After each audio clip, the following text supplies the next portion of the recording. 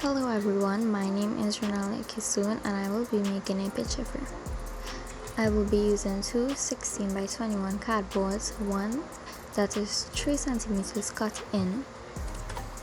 two 2 by 10 cardboard pieces, one 2 by 15 cardboard piece, a piece of thread, a marker or a pencil, a pair of scissors, a ruler,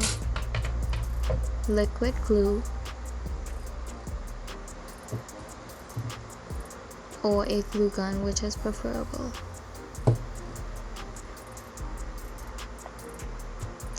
and one 20 by 15 colored paper and two 20 by 25.